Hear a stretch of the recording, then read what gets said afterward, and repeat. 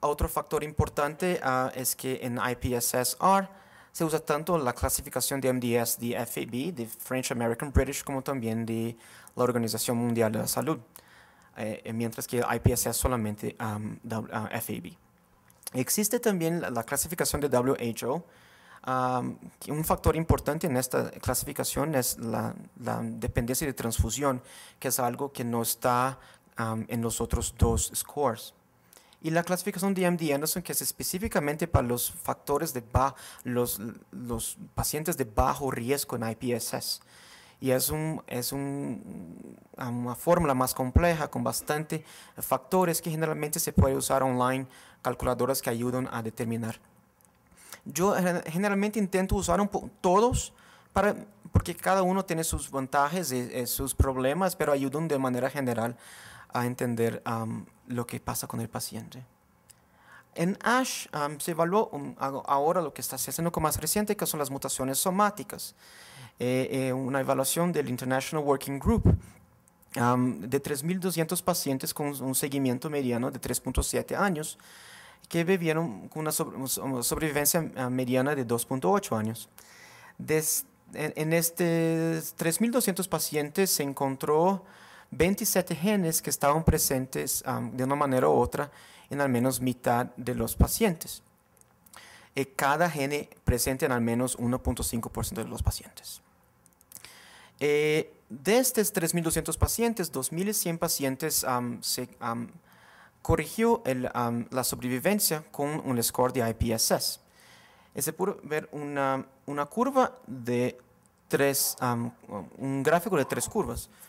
Se detectó que existen algunas mutaciones somáticas, que creo que está un poquito difícil para ver acá, pero son TP53, CXL1, y EZH2, UFAB, RUNX1 y ADL1. Son mutaciones de alto riesgo que presentaban un riesgo multivariado y multivariado de una supervivencia peor.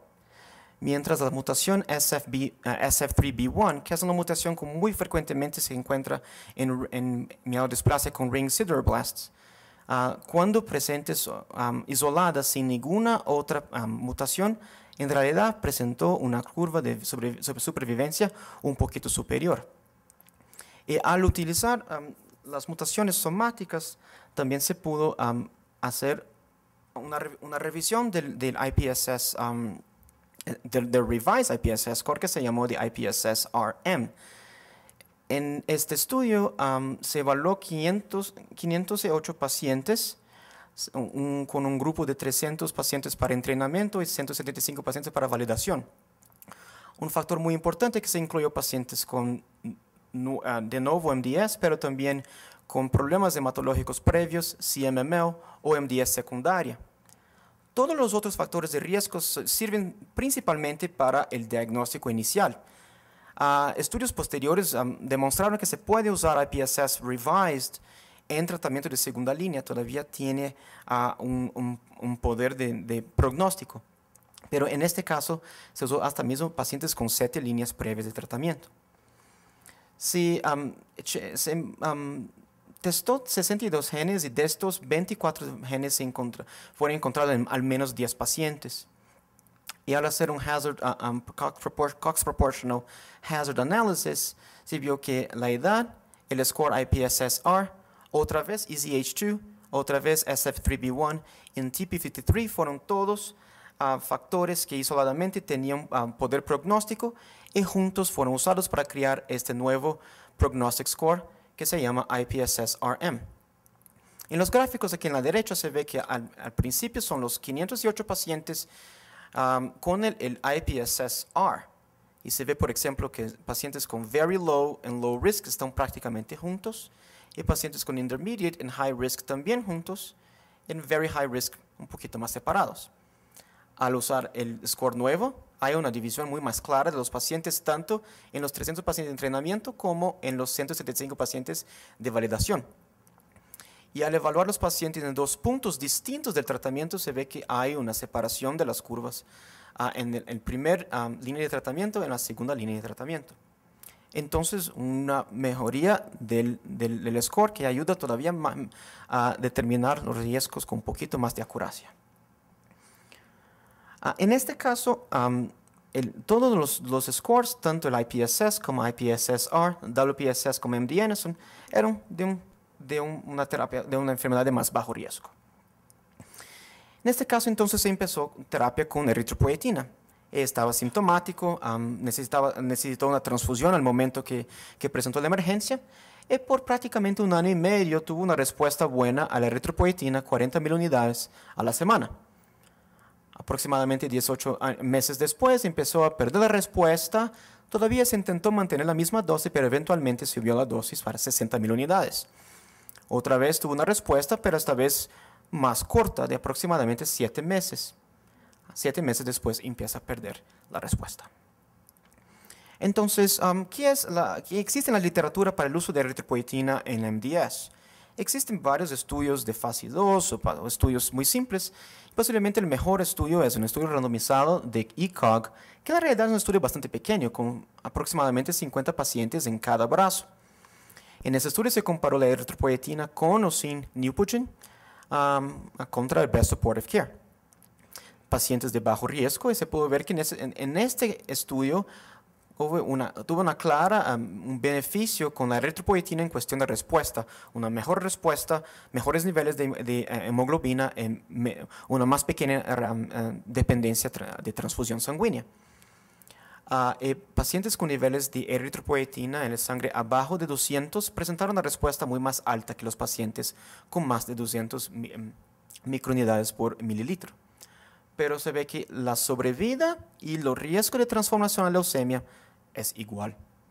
Pudo ver que los pacientes que presentaron respuesta con menos requerimiento de transfusión tenían una supervivencia un poquito mejor que los pacientes que no presentaron respuesta. Pero es algo que es esperado. El paciente que responde precisamente tiene una enfermedad un poquito mejor. Una revisión metaanálisis de 15 estudios también evaluando el eritropoyetina como single agent o en combinación con el Neupogen en dosis estándar, en dosis altas o en combinación. Se puede ver que la dosis estándar que en esta revisión fue de 30 a 40.000 comparada con la dosis estándar más G-CSF, presentaron respuesta prácticamente igual, con una mejoría de respuesta al subir la dosis para 60 a 80.000 unidades a la semana. Y hasta en pacientes con dependientes de transfusión hay una respuesta importante. Con 41% de los pacientes presentan alguna respuesta y 28% de los pacientes con una independencia de transfusión con tratamiento. Pero sin mucho gaño, sin mucho beneficio al adicionar el Neupogen. Entonces, en este paciente, el momento que empezó a perder la respuesta con las dosis más altas, se repitió la biopsia de médula y parecía presentar una progresión a una refractory anemia with multilinear dysplasia, con ring sideroblast todavía. Había bisitopenia tanto con anemia y neutropenia, y con dysplastic features en más de 10% de la serie mieloide, lo que no presentaba al principio. No había aumento en blasts, el fish panel todavía negativo, pero ahora con una mutación nueva con una trisomía 21, en apenas 2 de las 18 células. Se intentó adicionar el Neupogen, pero una respuesta como esperada, muy pequeña, y empezó en este momento a necesitar transfusión. Después de algún tiempo, se intentó quitar la eritropoyetina para que pueda ser elegible a un clinical trial, pero no fue elegible al clinical trial, y al quitar la eritropoyetina empezó todavía a necesitar más transfusión. Se reempezó la eritropoyetina con alguna respuesta y ahora eventualmente entró en un clinical trial con los luspatercept ahora en enero. Entonces, una de las opciones que tenía era la cuestión de la inmunosupresión. Esto viene de estudios iniciales en el National Institute of Health, NIH, con la inmunosupresión con ATG de caballo y ciclosporina.